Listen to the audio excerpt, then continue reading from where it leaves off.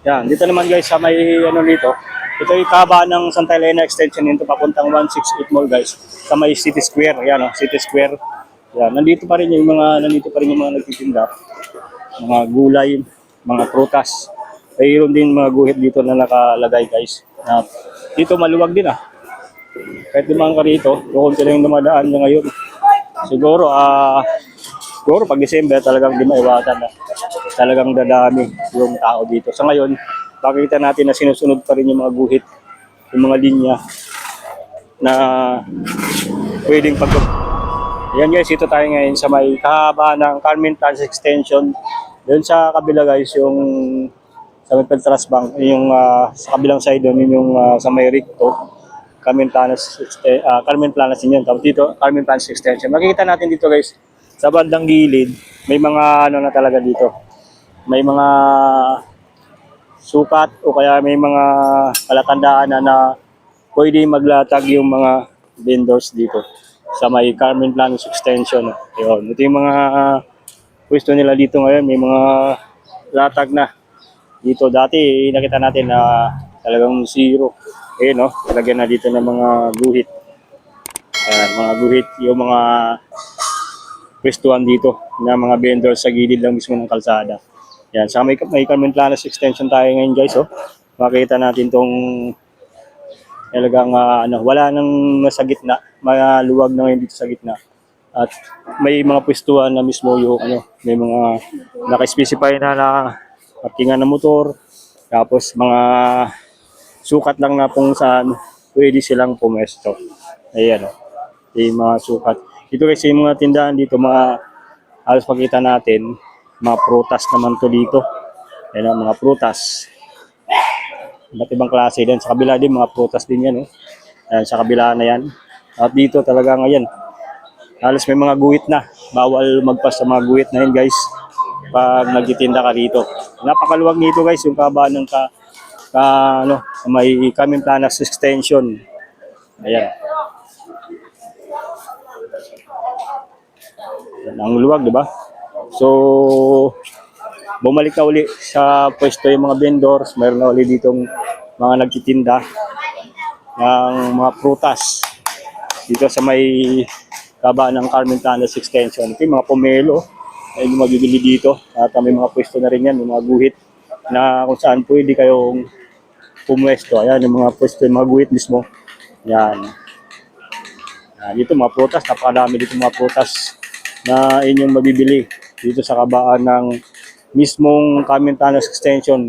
Diretso tayo dun guys sa mismong may Divisoria Mall. Yan. Titingnan din natin dun yung pwestuhan ng mga paninda dito. Kung talagang ngayon, yan, may mga sukat na yan, no? Yan. Yan talagang dinalagyan na ng sukat kung saan pwede silang pumesto lang. Yan.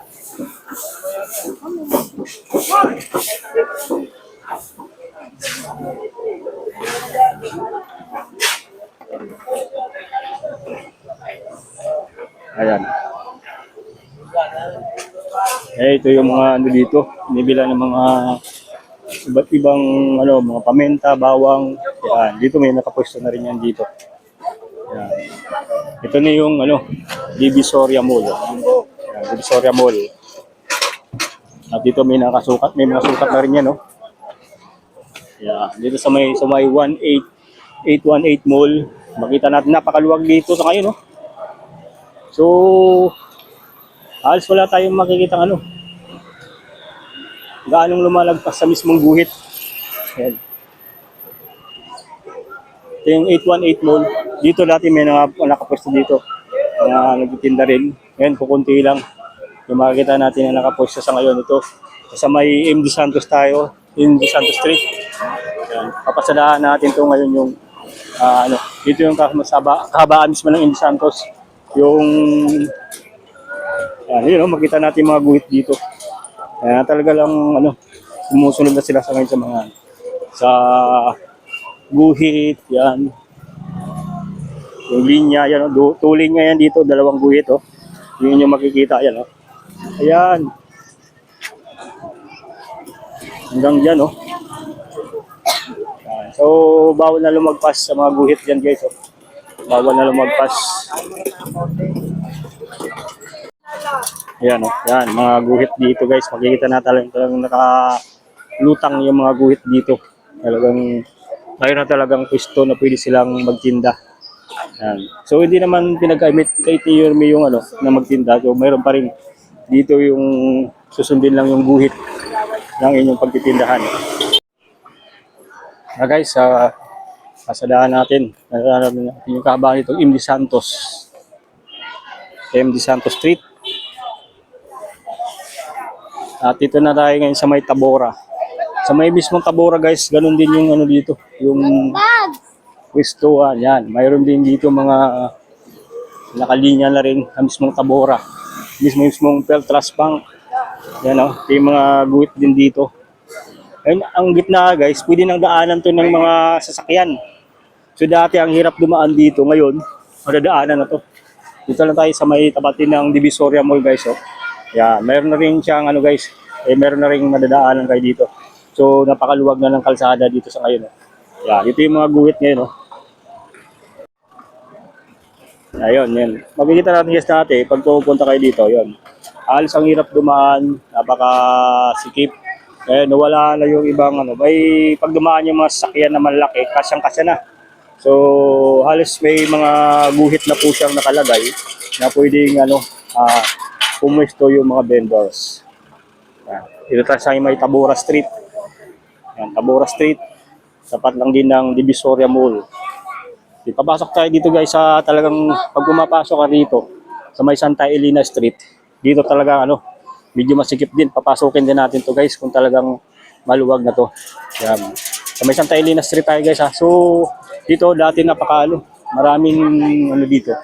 Yung mga tent ng nakalagay. Ngayon, kukunti na lang, oh. Ito may mga guhit din na pwede silang pumesto. So, pwede ka na rin pala dito. Wala lang gaano, ano. Wala lang gaanong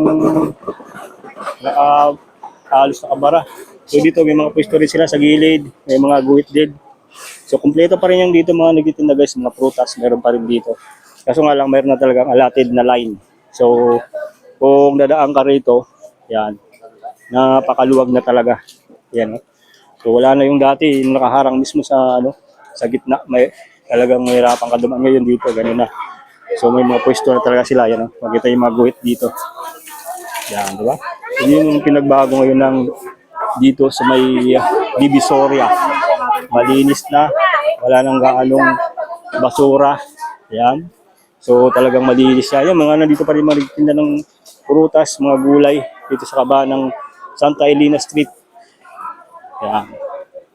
Yan yung mga guhit yan, no? Talagang hindi yan lumalagpas. Talagang mayroon na siyang line na pwede ka lang pumwesto. Yan. At didiretso tayo doon mismo sa may 168 Mall, guys. Sa may 168 Mall.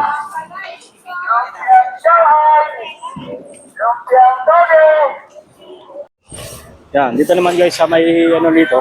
Ito yung kabaan ng Santa Elena Extension nito papuntang 168 Mall, guys. Sa may City Square, yan, oh, City Square. Yan, nandito pa rin yung mga nagtitinda. Mga gulay, mga prutas. Mayroon din mga guhit dito na nakalagay, guys. Dito maluwag din, ah. Kahit dumaan ka rito, kukunti lang yung dumadaan na ngayon. Siguro pag December talagang di maiwasan na. Talagang dadami yung tao dito. Sa ngayon, makikita natin na sinusunod pa rin yung mga guhit, yung mga linya na pwedeng pagpapwestuhan ng mga vendor. Ayan. Ito yung makita natin ng mga pwestuhan ngayon dito sa may Divisoria. Sa kabaan ng Divisoria, magmula dun sa Carmen-Talas Extension. Ito yung makikita natin na talagang ito na yung mga pwesto ngayon. Yung ating nakikita ngayon, may mga kanya-kanya ng guhit. Yan, oh. Yan, ito na yung 168 Mall, guys, oh. Yan. At ito tayo mismo sa tapat ng 168 Mall. Nakikita natin itong mga linya, guhit ng mga nandito sa ngayon ng mga nakapwesto na pag lumagpas ka sa guhit yan, sigurado kailangan mong sumunod, tanggalin mo yung tinitinda. Yan. Okay guys, ito tayo ngayon sa may taas mismo ng footbridge dito sa kabaan nitong Recto dito sa may Divisoria, Manila guys. Nakita natin na napakaluwag ng traffic dito guys. Oh. Ayan, hanggang dito sa kabila, ayan oh. Hanggang dito sa may 168 shopping mall guys. So yan, makita natin na wala nang ganong dito nakabara ng mga vendor sa ngayon, no? Yan, talagang ang luwag na.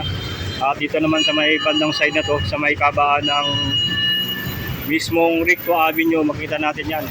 Yung luwag ng kalsada sa ngayon, no? Yan, sa may papuntang Tutuban Center, guys. So, yan, makita natin na wala ng ganong diyan. Napakaluwag ngayon, guys. Yung mga naglilinis dito, guys, oh, mga clearing.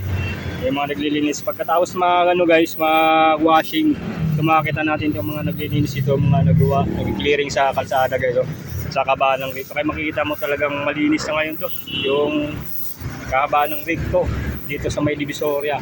So sa may tapat lang sila ng 168 mall, makikita natin itong mga naglilinis dito sa kabaan ng Recto Avenue guys, oh.